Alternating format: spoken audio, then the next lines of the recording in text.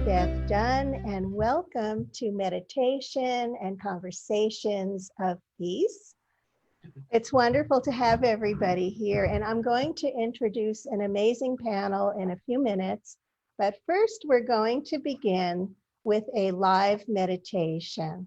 And so stay tuned after the meditation for Peter Rivard and Gail Hogue and Ruth Anderson and Christine Glenn. So it's going to be very peaceful, a very peaceful panel. We won't say that it's an exciting conversation, but it could be an exciting conversation about peace. So without further ado, why don't we get ourselves ready for our meditation? So that means that we'll start with our breath. I always find that the breath is such a perfect way to become more present. And so let's start with inhaling through the nostrils, closing your eyes, and just following the breath in your mind's eye all the way down into your belly. And then following it up all the way through your body in your mind's eye, all the way up and out through your nostrils. Very, very simple. A very simple way of becoming very present. Inhaling all the way down into our belly. And exhaling all the way out through the nostrils. And we continue with this breath for a few more moments, inhaling very mindfully, being very present with the breath, noticing what's happening within your body. Noticing where are you connecting to your chair? Where are you feeling things within your body? What are you noticing without any judgment? Are you feeling any breeze or air stirring? Are you noticing any smells or tastes? Are you noticing any thoughts creeping in or any body sensations? Just notice. Everything has the same value. So as we inhale very mindfully and exhale very mindfully, we just feel it and notice it within the body. And we're very present. And as we breathe together, we become into coherence with each other. And we invite spirit into this meditation.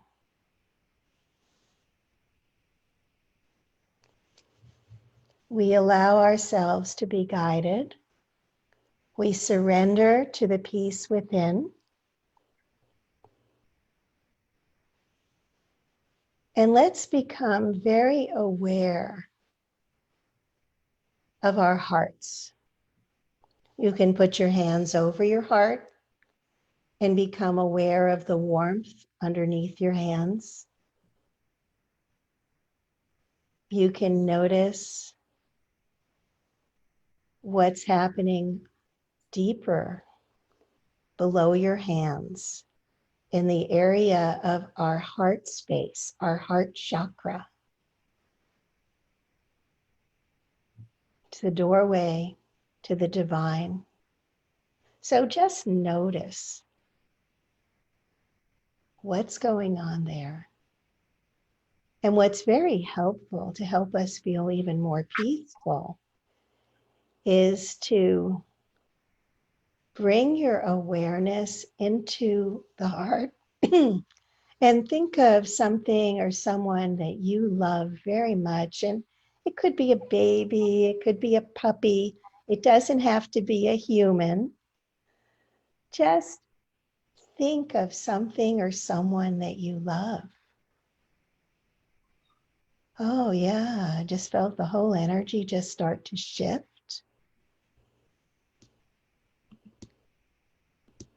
Yeah, just notice what it feels like to be thinking of something or someone that you love very much. It could even be a very beautiful place, a place where you feel very peaceful, where you feel very loved. Now let's intensify that feeling of love. Let's allow it to expand within the heart and intensify and expand until this feeling of love just envelops everyone on our broadcast. Feel the love expand. Feel it envelop you as it envelops everyone. And visualize, what does that look like in your mind? It could be a fuzzy pink cloud just surrounding you and making you feel so loved and yummy and protected and safe. And that's what we're expanding out to everyone on our broadcast. And we're going to go even further. We're going to expand it out throughout our beautiful planet and beyond our planet, throughout our beautiful solar system. Just notice, what would it be like if our entire planet, all the beings on our planet felt very secure and safe and loved and peaceful? What would that be like? We're talking about a place where there's no judgment, a place where everyone has let go of any thoughts or feelings of anger that they've ever had. Just feel that. What would that feel like?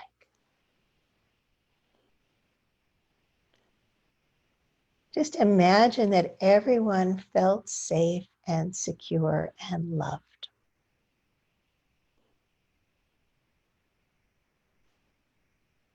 And what a blessing that is. We're blessing everyone on our planet with love, with peace. Just feel that. Just feel in your being what it's like to be completely peaceful, whatever that means for you. There's no violence. There's no loud, disruptive noise. There's only gentleness and love and calmness. That's all there is. And feel yourself expand into that. Beyond your physical being, move into that space of peace. Peace. Feeling safe, feeling secure, feeling one with all that is. And just notice that any boundaries or feelings of separation have dissolved. And we are all one with all that is.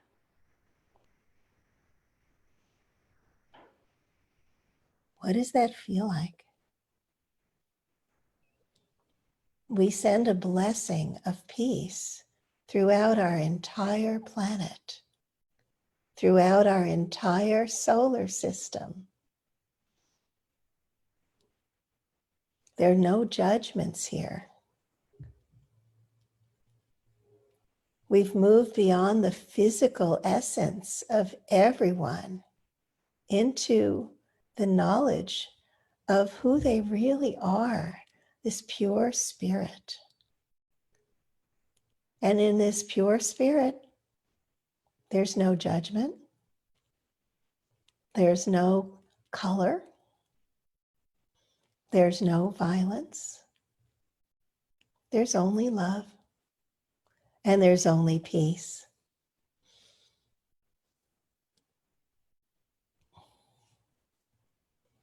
So let's bring that peace with us as we come back into this room where you are, into the body where you are, bringing the expansiveness of who you are,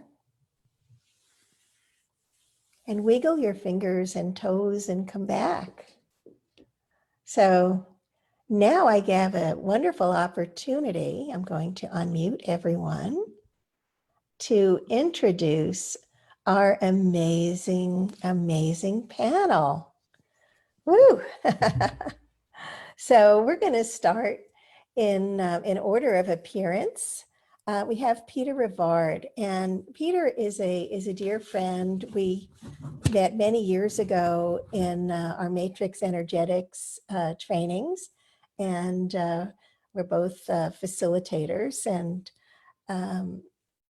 I really love Peter. I find that he is very evolved, and he is a healing and awakening facilitator, and he has an innate ability to lead his clients into a state of non-duality. And he calls that beyond peace. And we have, hi, Peter. Say hi. And we have Gail Hogue, and Gail is a health consultant. She's an accomplished artist, a spiritual advisor. She and her husband make these amazing metaforms of sacred geometry. So she is an expert in sacred geometry. So welcome, Gail. Say hi. Thank you. Welcome. And we have the amazing Dr. Ruth Anderson, who is the creator of the Enlightened World Network. And right now she's creating a meditation a day. And I've been privileged to be part of her project, which is really quite amazing. So welcome, Ruth. Thank you, Marbeth. I'm so pleased to be here. I'm so pleased to have you. And then we have Christine Glenn from Humanities Team. And she is, well, she's just got so many things going there, and really quite a regular panelist and amazing contributor. And we always love having Christine here. So now that we have our amazing panel, I'm going to throw out our first question. What does peace really mean? So Ruth, would you like to start? Sure. So what comes to mind to me, when I was in high school, I thought I wanted to read through the whole Bible. I don't know why, but that was important to me at the time. And there was one, and I don't remember if it was in Proverbs, but it was, I've learned in whatsoever situation I'm in to be content. And I chose at that moment to live a life of contentment. And to me, that's what peace is. It's no matter what's happening around you, to be able to just sink in. And for me, it's, I'm okay. I've got my connection to my divinity, to my creator. I've got people who I love. I'm okay. No matter what's falling apart around me, I'm okay. To me, that's peace. That's beautiful. Peter, what about you? Well, I can agree with that completely. That peace, that sense of stability, regardless of what's going on around. So, you know, to me, it's my connection to source, to the flow of life, which is ever changing. You know, the weather changes, the seasons change, you know, the ocean, the waves change, but it's constant. And, you know, I feel a constant connection with that. So, you know, when the tide changes or when the weather changes, I don't always like it, but I'm still at one with it. I feel stable in that. And a lot of times yeah, a lot of times other people just, they get really reactive to whatever is showing up in the moment and not really looking what's behind it. There's something behind it that's totally stable for me and for everyone, really. Right. So you would say that it's maybe going up to 35,000 feet and being above all of any discord that's happening down below because you're in a very Not neutral really state. above, it's really looking what's behind, what there's like there's a stillness that's behind all activity. Nice. And rather than pay attention totally to the activity, you can always be aware of that stillness, of that source that's behind everything. Beautiful. Gail, what about you? This is lovely conversation. Thank you, everyone. For me, peace is really about presence and authenticity. Being who we really are, the best that we can be in the moment, authentically. And sometimes, as Peter was talking about, there are waves. There's so much energy and different things that are always happening in our world and our lives. And peace is about coming back to that place of centeredness, of authenticity, of presence, of just being the soul presence that we are. Reminding ourselves that we're embodied in a physical body and a physical three-dimensional presence, but who we truly are is far greater than that.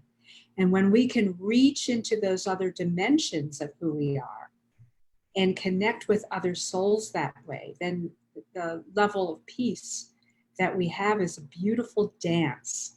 Not just everything is fine, okay. I mean, everything is fine. Everything always is okay in reality, but it doesn't necessarily, it could mean that in the middle of a very tumultuous situation, when we're really centered in our beingness, we can be in complete and total peace. Yeah, it's beautiful. Christine, what about you? For me, peace is remembering that all life, including every single human being, is innocent.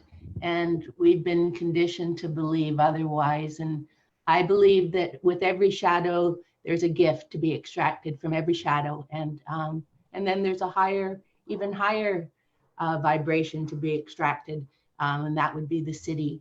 And the siddhi, like Peter said, and Ruth, it is stillness and peace and just awareness of what it's like. Matt Kahn says, whatever arises in the field, love that. And yeah, that's peace. That's beautiful. So what I hear is that below everything is this stillness, and we can tap into it and into this greater presence of who we are. And I find also that it's a place of pure presence.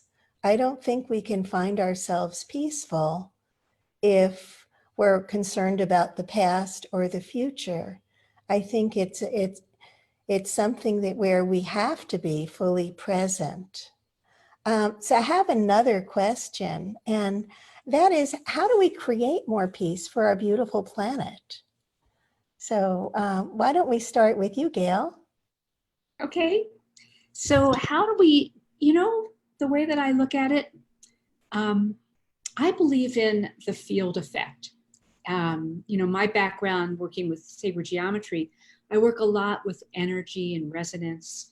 And so building a field, a resonant field, a field that is, it's a harmonic, that when someone walks into that field, they can take a deep breath. They can feel who they are. They can be present.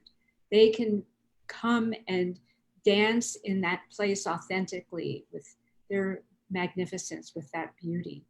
And so I think one of the things that I know that I do, and I imagine a lot of people here do. And that is, as we're circling the world with love, as we were in the meditation before, we're developing this field that welcomes everyone to show up and fully be who they are. And it's that coherent field that then is so much more powerful than anything else that goes on. And when we are connected, then that's where there's more and more peace that all beings can experience and keep growing with. It's beautiful. So what I'm hearing is that it's releasing any preconceived notions about other people, any judgments, and moving into that greater field of and being in a loving place. So that's beautiful, Gail. Peter, tell me your thoughts. Well, my thoughts are, peace begins with me. And I think of, there's really no other, that everything is part of me. So just being in that still point, being in that presence within myself, noticing where there is unrest within my body, within my thoughts, and coming to center within myself. And then it creates that field where that emanates out of me. So if we were all more centered and present within ourselves, then the reality of the world wouldn't have any choice but to change. So rather than me even sending energy somewhere, I need to be present first and really clear, and have kind of gone through my whole system so that I can be truly present and emanate that. So It's beautiful. Yeah. So what I hear is that as within, so without. By being so peaceful and radiating that peace outward, everything within your field becomes more peaceful. And I found during the World Miracle Peace Experiment over the 6 months that we focused peace just for 7 minutes a day. We became a coherent whole, and then focused peace on the Middle East. Independent statistics showed that the level of violence dropped significantly because we were peace, and then we combined it together and then focused it. And so we're so powerful when we can combine this state of peace. It's really beautiful. Ruth, what are your thoughts? So yes, Gail, yes, Peter, yes, Marbeth. Absolutely, I agree with everything that you've all said. And I know that every moment I have the opportunity to either make somebody else's day better or make somebody else's day a little trickier. So I try to see myself as a calm person of peace to support other folks going through their day, which helps them calm down a little bit too. But wanted to share one of the things that Enlightened World does, similar to Humanity's Team, is to reach out and try to give folks a platform to come to be able to check in, do a meditation, watch a class, hear somebody inspirational speak. We're giving folks the opportunity to come somewhere and connect in and find a peaceful place to be. So we do the meditations a day. So on Facebook or YouTube, you can go and do a meditation every day with someone else who we are having do the meditations. And so Christine, I know with Humanity's Team, you all are providing that safe platform for folks as well. Which is also what we're doing here, because we have the meditation a week. We're not doing it every day anymore, but it's so important. And don't you find, Ruth, that when you're leading a meditation, that you're getting so much more benefit from it, because everything that we give, we're also receiving. So it's a really beautiful thing. Christine, what are your thoughts? I'm also a longtime student of the Gene Keys, as are many people in Humanity's Team. And my core wound is actually the shadow of stress, the gift of restraint, and the city of stillness. And I agree with Peter that the more I'm able to still myself and just be still and be aware of what's going across my mind, and if it's something that distresses me, then I stop and I slow down and I breathe consciously until I feel calm in my inside, right? If I'm feeling calm inside, then that's what I'm vibrating on the outside. So so I'm a longtime breath worker as well, and I believe that, and I'm also like to practice. I mean, I was with you for the World Peace Experiment, and that was so beautiful that we did that. We started for a month and went for 6. Yeah.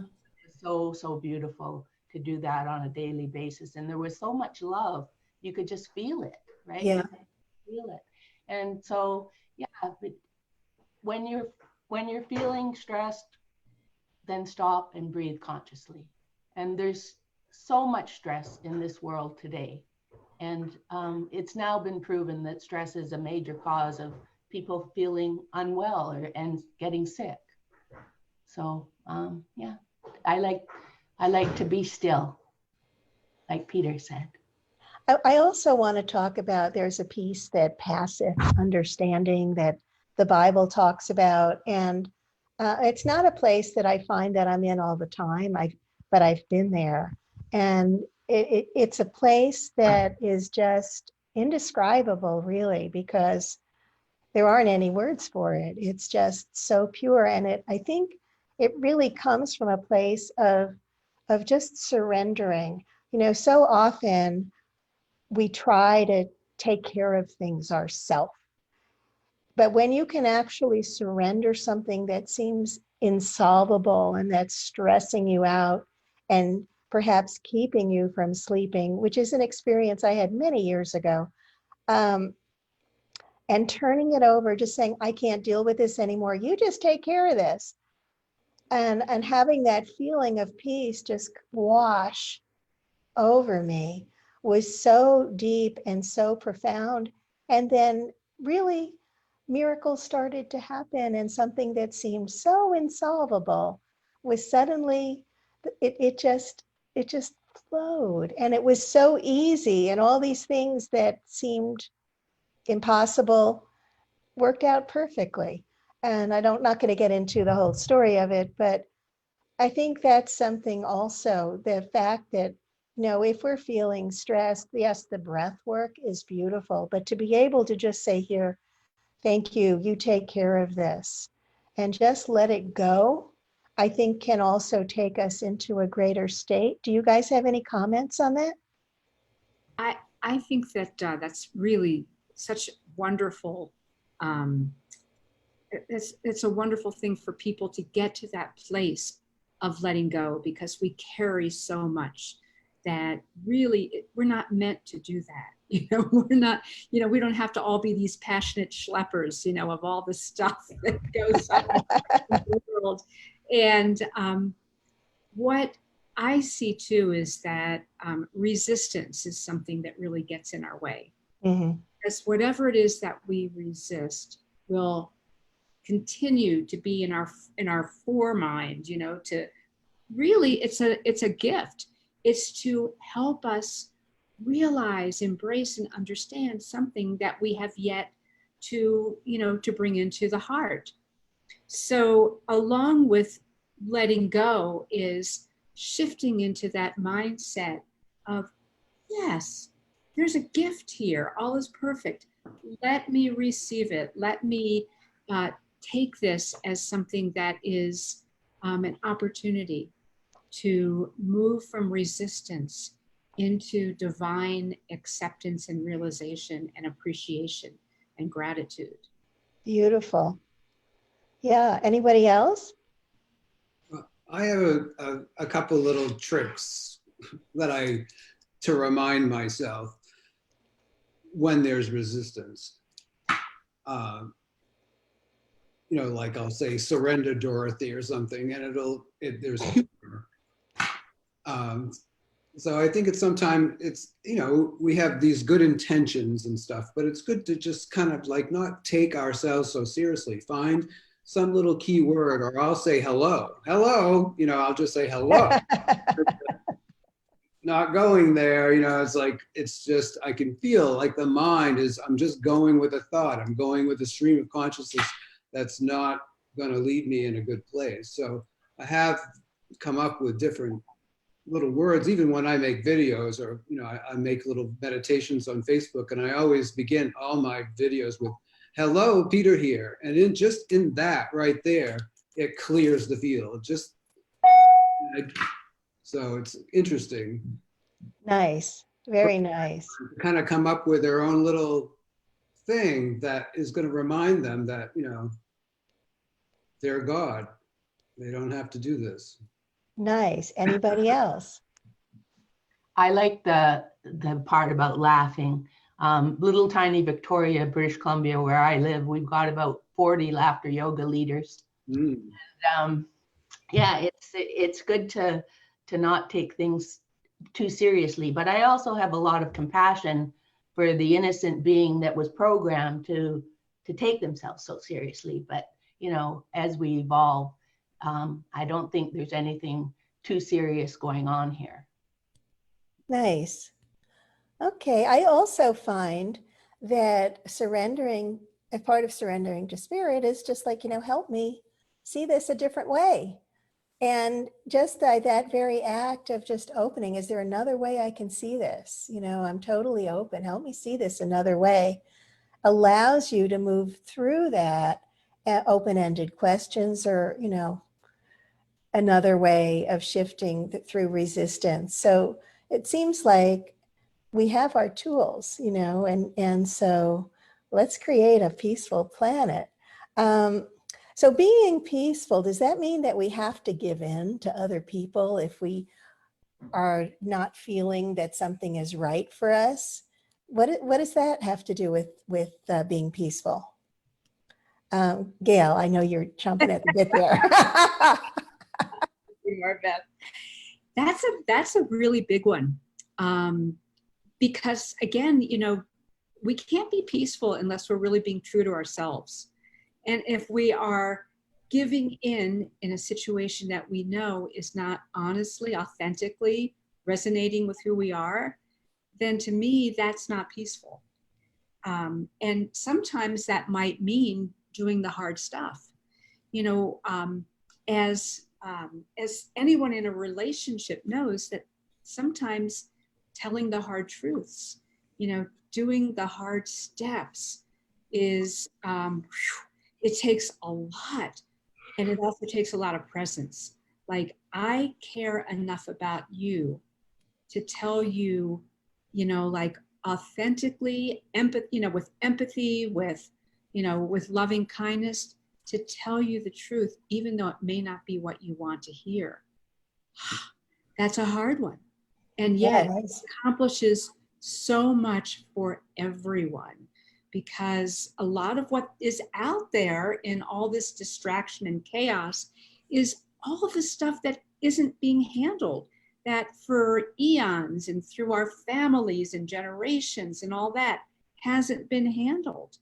And when we can settle that down in a loving way, then that's when real change happens. That's transformation.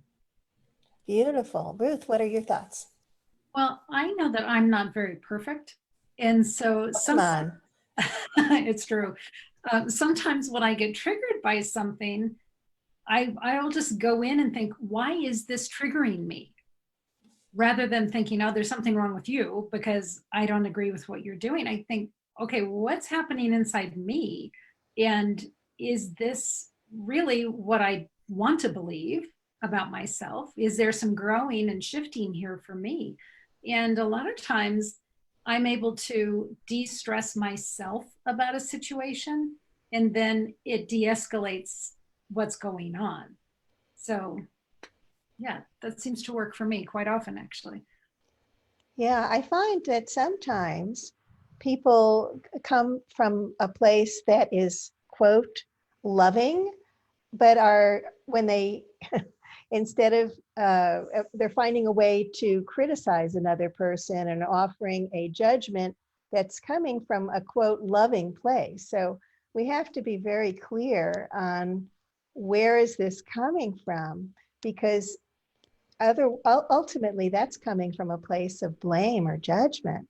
So we have to be so clear when we are coming from that place of authenticity that we're really being authentic and not coming from a place of blame or judgment. Peter, what are your thoughts? Well, I don't know. Geez, got all confused there.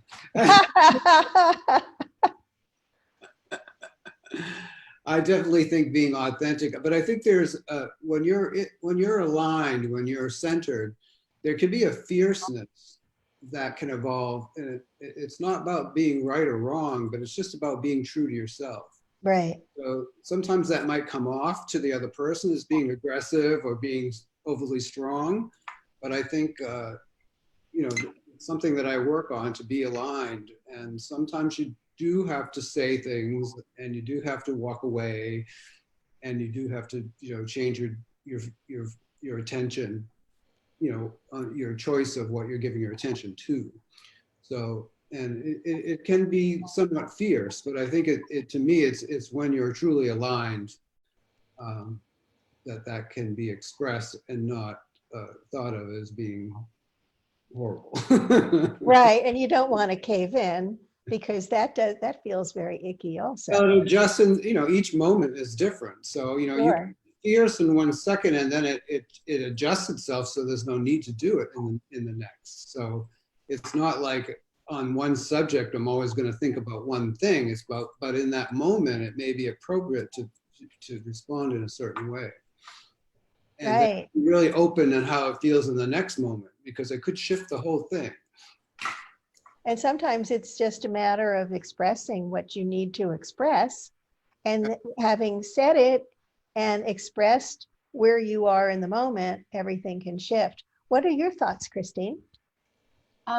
I think that we're all unique beings, and if somebody's showing up that doesn't resonate with you, then you have to be true to yourself and be honest, and let that person know in a kind way how their energy is affecting you or me. And so I think what Peter and what everybody has said, Gail and Ruth, like it's just a matter of staying true to yourself and remembering that we've all been conditioned and to remember that in truth we're unconditional. Absolutely. So basically, peace can sometimes look like a messy process, right? We're right now to a new earth, right? And birth is a messy process. Absolutely. So what does gratitude have to do with peace? So I'm going to let Ruth answer that one. To me, gratitude goes back to that place of contentment. Because if I can always find something to be in gratitude of, even if it's just that I'm being pressured into growing, then that kind of softens whatever is happening around me. So I think gratitude and peace are absolutely interlined, interconnected. Nice. Peter? Humility comes to mind. Just that flow of life, that the ups and downs can be so incredibly such a show, and that feeling of humility that to me brings in gratitude, that I can just be part of that swirling mess, that's beautiful at the same time. So it's humbling to be part of it, and to watch other people use the God-given right of free will, how they act on that, whether it's conscious or unconscious. There's this power behind it that gives everyone that ability to be nice or be not nice. It's still coming from the same source. So that's, that can bring tears to my eyes, even if I totally don't agree with someone, because I see how much power is coming through that opinion or that, situation. So we have this beautiful tapestry of swirling energy coming from all different facets of beings on our planet. That's Yeah. quite beautiful. Gail, what are your thoughts about this? I want to tell just a quick little story that taught me a lot about gratitude. When I was doing a program with Daniel Gutierrez, and he happened to have been with us, and he said, the next step is to be grateful for all that is coming. And I went, ooh, that made me sit back and go, oh, well, I can be grateful for what I have. I can be grateful for what I know is coming, but I can't predict what's coming. So this was totally outside of the comfort zone. And so I struggled with that, and I kept meditating on that and going, I am grateful for all that is coming. And I squirmed with it. I felt the discomfort of it. It's like, can I really trust that? Is that really okay? And a few days later, this was back in 2013, we had 17 inches of rain in a dry climate. And as a result, we had an enormous, enormous flood that washed away the majority of our land. And at that moment, as that was happening, I just felt totally present. I felt totally blessed, totally in the moment. And I realized that that was part of the practice of being grateful for all that was coming, that I could truly embrace that and allow and be there with it, and recognize that it was an enormous gift, an enormous teaching in my life to accept what is and be able to show up with that. So to me, that really was my teacher around gratitude. Oh, that's beautiful. So, and then also Christine. Well, I think that we're having this conversation via Zoom and on Facebook. That's a miracle that I'm grateful for, right? Like, it's just, everything is, I'm grateful every day. I'm grateful for my breath. I'm grateful for the gift of a new day. And it really changes my energy to be grateful. And, I remember the first time we had Global Oneness Day with Humanity's team. That was 11 years ago. This is going to be our 11th one. We didn't even have Zoom then. We had instant teleseminar. And then here, like 5 years later, Zoom comes into being. So it's, I'm grateful to be here at this time on our planet. I'm very, very grateful. So does anybody have any other thoughts about this? And also, we have other participants that have joined us by phone. I don't know if you're able to ask questions by raising your hand and perhaps putting a question in the chat, but you're welcome to do that. Okay, I'm not able to access the Facebook questions right now, but I will address them afterwards. So did anybody else have anything to say about gratitude? So what do you think are the hidden benefits of being peaceful? How has being peaceful shifted you? So, Ruth. It makes you healthy. What was that, Christine? It makes you healthy. Oh, yeah, You know? it does. Yeah. So as a parent of two teenagers, and they're fabulous, fabulous girls, I have seen that by my staying peaceful, it grounds them and gives them the opportunity to stay peaceful. And then they've been grounding their friends. It's really kind of interesting, but one of the benefits to me is having a calm home life where we actually love and adore each other. So I didn't think the teenage years could be this way. So I'm thrilled that they are. Thrilled. Oh, that's fabulous. Yeah, good. Gail, what about you?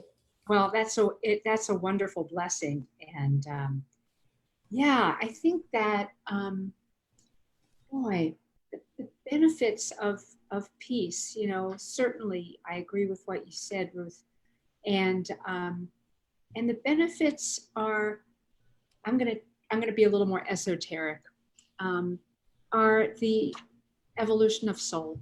And that's, what's so important to me when I come down to it, is that we are on a soul path and evolving our soul.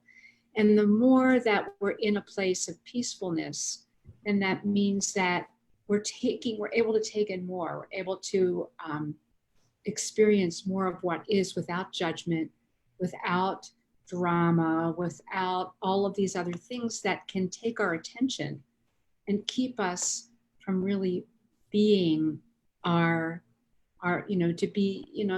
keep us from being the wonderful light beings, the creative and empowered beings that we are.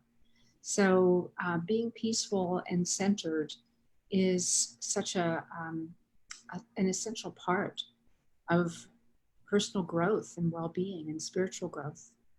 No, I totally agree. I find that when you're in a state of peace, you're in a state of oneness. You're very present, you're in the here and now. And I wanted to quote something from A Course in Miracles that I was reading earlier today. All who believe in separation have a basic fear of retaliation and abandonment. They believe in attack and rejection, so that is what they perceive and teach and learn. And these are ideas that are results of dissociation and projection. But however, if we can teach peace, if we can teach people by being peaceful, by sharing peace, by talking about ways of creating greater peace in the world, by doing what Ruth is doing, with the Enlightened World Network, and, what we're doing on a weekly basis, having conversations about peace or love, and having the meditations, people are joining together.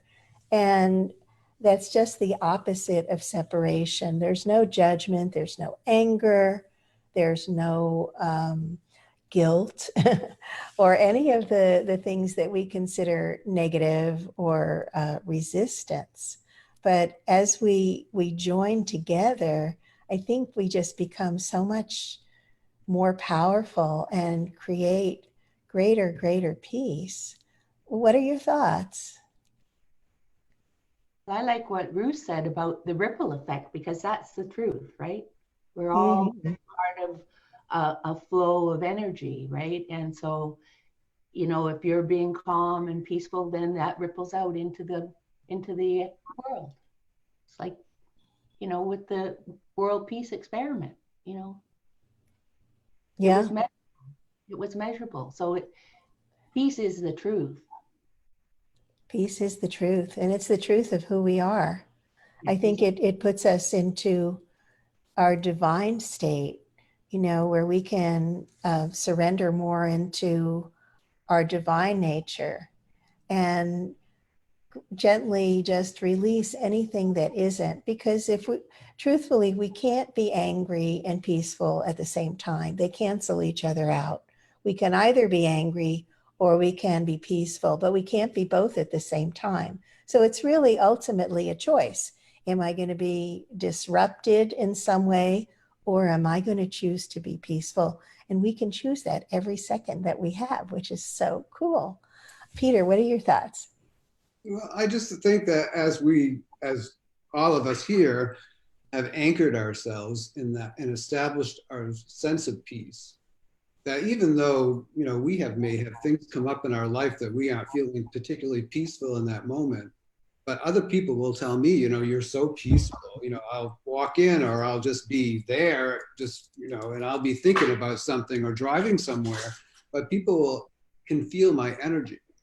So I think it's accumulative, and even though, we do have these changing things that go on for us, that as we, the work that we've done, the more that we take the time to get into alignment and be anchored in that, it resonates for us.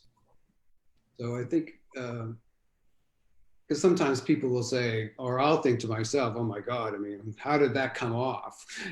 And, what I said, and a lot of times it's much different than I thought. And it's because really of what works with me, for me, behind the scenes, and that I've connected to from, doing this all these years, I think. The grace that is always with us and that we've chosen to be part of consciously. Well, it beats the other way. And it's more fun. I mean, you can have more fun and you can be more irreverent, and when you're really anchored in peace. Yeah, and I think also fun is a very key word. We don't want to be too serious and grounded in a rigidity that, this is the way things have to be. But being, connected to source and being tapped into it, you can enjoy yourself and have fun with it. It's beautiful. So Ruth, what are your thoughts? I was just listening and I have no thoughts at the moment. I'm just sitting here in peaceful bliss. I love it. On. Gail? I was thinking about a friend of mine that says something that I always love, that we are perfectly imperfect. It's so important to appreciate that we are human beings. We have these personalities, these egos, these things that go on in our lives, all of this stuff. And we are on a path to become more aware, more conscious, to evolve ourselves, all of that. And it is not a straight and steady path. It's like any other trail. It's never like right up there. You just don't climb the mountain that way. You have to, just kind of like follow the trail, follow the yellow brick road. And sometimes we do a better job of it than other times. And I think for me, it's very important to be accepting of that, to be appreciative and grateful for the mistakes, because mistakes are our learning opportunities. And the more that, when I can sit back and go, boy, that was really dopey, then I've learned something, And that to me is so important in this journey, to give ourselves appreciation for the gift of learning, the gift of evolving that we all have been given here. Beautiful. Christine, what are your thoughts? I'm just aware that, in our world today, there's a compassion movement, right? Like it's, we're growing in compassion for ourselves and for all of life, really. And, when I think, I'm 66, and when I think back to when I was little in the 60s and the 50s, we were sleepwalking, really. And and I don't see that now. I see a world that's getting more and more compassionate every day. And Bless you. Yeah, that's beautiful. And I think that as we focus on love, we focus on peace, that's what we see. If we focus on war, if we focus on what's wrong, well, that's good. That's what we're going to see too. So it's getting close to the hour. So I would love to hear any thoughts you have, any last minute thoughts that you have about peace, about becoming more peaceful. What would you like to say? Peter. I would just give the advice to always look behind whatever you're seeing, to go a little deeper, to see if you can see that still point that's behind everything. Because that's, you know, whether it's a apparent peaceful thing or apparent, you know, horrific thing, to see what's behind it. It's Because beautiful. I think that's great. Gail? That was lovely. And I'll just add to that joy, to really step into joy and great appreciation. I believe that life can be very fun, and it's wonderful to really step into joy. Nice. Really nice. And Ruth? So just a thought to remind folks that going into meditation on a daily basis, just quieting your mind, quieting your heart, going inward and upward. And I think it helps remind me that I am a spiritual being, that I am made in the image of the Creator. And when I'm able to put myself in that place, then I see that all we are is love. Mhm. And when I come from that place of I'm love, that the peace is automatically there. Nice. Really beautiful. Christine? I feel so much gratitude towards this whole platform that you've created, Marbeth. And, you know, peace is the truth behind all the seeming chaos. The third gene key, the shadow is chaos, the gift is restraint, and the siddhi is innocence. And so I think that all life is innocent, and that would include me, no matter what my conditions have been. Beautiful. And I'm so grateful to you, Marbeth. Well, I'm so grateful to everyone on our beautiful panel, Peter Rivard, Gail Hogue, Ruth Anderson, and Christine Glenn. Thank you so much. And be sure to come back next week for our Live at 5 meditation and conversation. So much love, and I'll see you next week.